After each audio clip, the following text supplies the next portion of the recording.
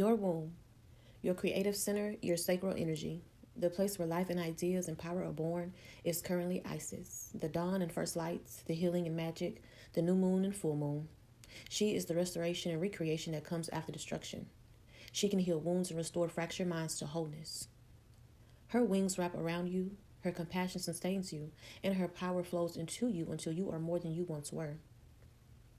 Your creative center right now is powerful. It's magical. It knows the secret names of all the beings under the sun. It can give you children or creations or bring forth life as you wish it to be.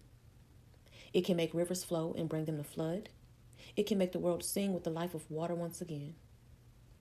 Your womb state is one of profound capability.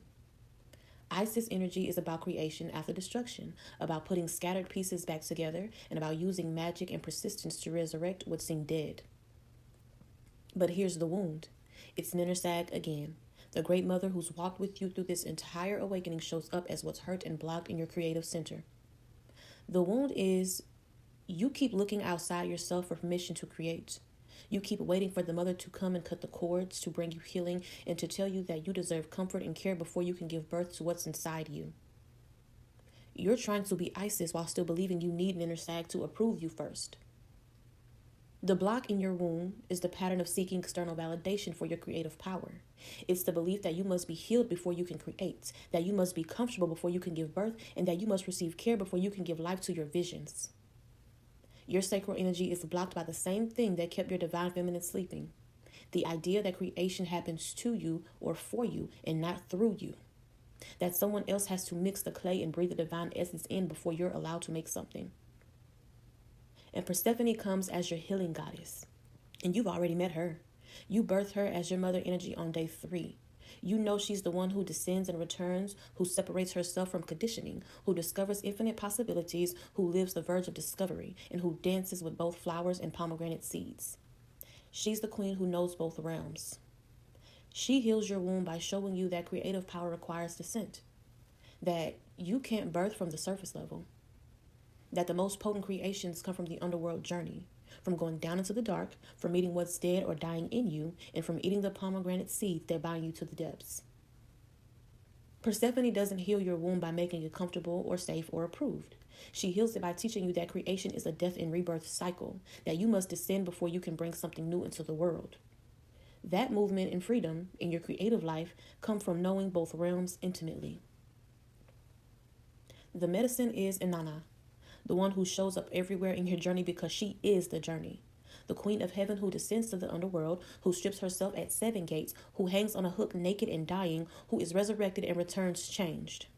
The one whose hunger has been your challenge, whose insatiable appetite has driven you, whose ambition exhausts you.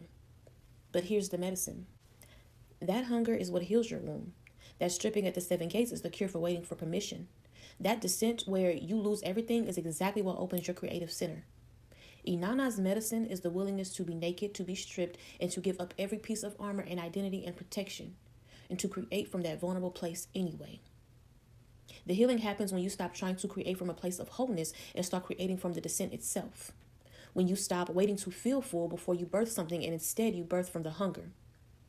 And when you use the stripping as creative fuel instead of seeing it as something to overcome before you're allowed to make art or have babies or launch progress or bring your visions to life. Inanna's medicine is that the womb opens through surrender, through loss, and through the willingness to hang naked on a hook and still say, I will create from here. Your womb power restored is Bloodeyeth, the Lady of Flowers, who refuses to be what others made her. The one who was conjured from 9 sacred flowers to be a wife, a solution to someone else's problem. But who chose love where she found it, who chose freedom over obedience, and who chose herself even when it meant becoming the huntress with unkind claws. She contains both the soft petals and the sharp talons and refuses to apologize for her multiplicity. Your creative life force restored is the power to make what you want, not what others need you to make. To create from your truth, not from their expectations, and to birth flowers and to hunt with talons, to be the beautiful and fierce, to flow between forms without asking permission. Your healed womb energy is wild. It's untamed.